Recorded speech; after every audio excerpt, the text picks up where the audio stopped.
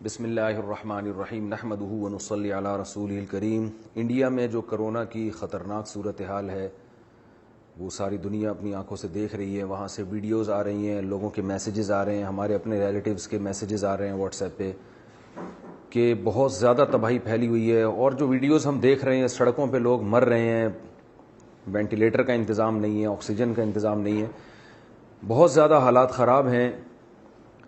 ان حالات میں ہم اپنے انڈیا کے ان مسلمانوں کے اور بلکہ انڈیا کی عوام، چاہے وہ غیر مسلم ہوں، ان کے غم میں، ان کے درد میں، تو اس بارے میں کچھ گزارشات، خاص طور پر انڈیا میں رہنے والوں کے لیے کچھ گزارشات پیش کرنی تھیں۔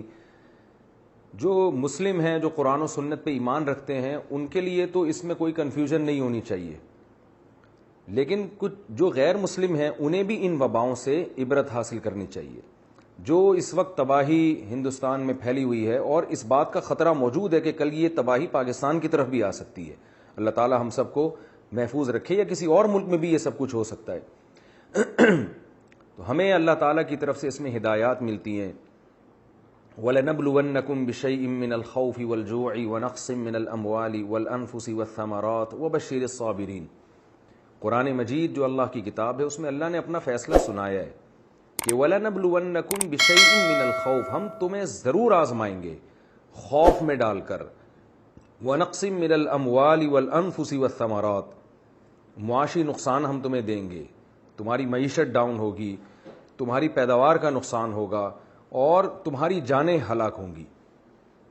جانوں کا ہلاک ہونا کیا ہے؟ یہ وباؤں میں اور قدرتی حادثات میں جو انسانی جانیں بہت کثرت سے ہلاک ہوتی ہیں، یہ وہ آزمائشیں جن کا اللہ تعالیٰ اپنی کتاب میں ذکر کرتے ہیں۔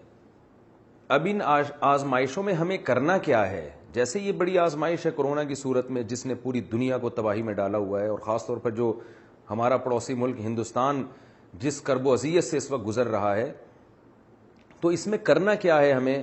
اللہ نے قرآن میں ہمیں حکم دیا وَبَشِّرِ الصَّابِرِينَ الَّذِينَ إِذَا أَصَابَتْهُم مُّصِيبَةٌ قَالُوا إِنَّا لِلَّهِ وَإِنَّا إِلَيْهِ رَاجِعُونَ۔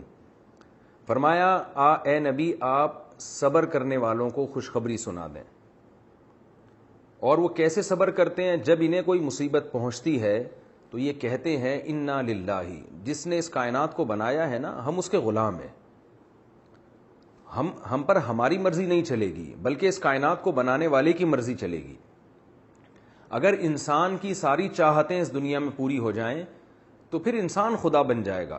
اللہ نے اختیارات اپنے ہاتھ میں رکھے ہیں۔ آج کرونا کی بیماری ہے، کل کچھ اور ہو سکتا ہے، پرسوں کچھ اور ہو سکتا ہے۔ آپ دیکھیں سونامی کے طوفان نے ہزاروں لوگوں کو موت کے گھاٹ اتار دیا تھا، اور پاکستان میں جو ایک زلزلہ آیا تھا بہت بڑا بالاکوٹ میں، اس نے 1-2 دن کے اندر 10,000 لوگوں کو موت کے گھاٹ اتار دیا۔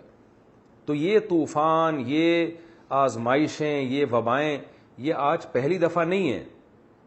دنیا ہمیشہ سے ان وباؤں میں اور مختلف دور میں مختلف قسم کی آزمائشوں میں گزرتی رہی ہے، اور اس کی وجہ سے قحط بھی آتے رہے ہیں، لوگوں کی جانیں بھی ہلاک ہوتی رہی ہیں، اور یہ بھی جو موجودہ کرونا ہے یہ بھی اسی کی ایک لڑی ہے۔ تو اس میں ہم نے اسباب بھی اختیار کرنے ہیں، جو ایس او پیز ڈاکٹر حضرات بتاتے ہیں ان پر بھی عمل کرنا ہے، کیونکہ اللہ نے اس دنیا کو اسباب کے ساتھ جوڑا ہے۔ ہم دیکھتے ہیں رسول اللہ صلی اللہ علیہ وسلم کی صحیح حدیث ہے کہ ایک کوڑ کا مریض آپ صلی اللہ علیہ وسلم کے پاس بیعت ہونے کے لیے آیا۔ آپ صلی اللہ علیہ وسلم نے ان کو مسجد میں آنے سے منع کر دیا، اور مسجد کے اندر سے ہی آپ نے ان کو بیعت فرمایا ہے۔ حالانکہ مسجد تو ایک برکت کی چیز ہے، یعنی یہاں شفا ملتی ہے انسان کو دعائیں مانگنے سے، لیکن آپ صلی اللہ علیہ وسلم نے بیماری سے بچنے کے ایک ظاہری سبب کو اختیار کیا، اس لیے کہ کوڑ کا مریض اگر مسجد میں آئے گا تو اس بات کا خطرہ موجود ہے کہ دوسروں کو یہ بیماری لگ جائے۔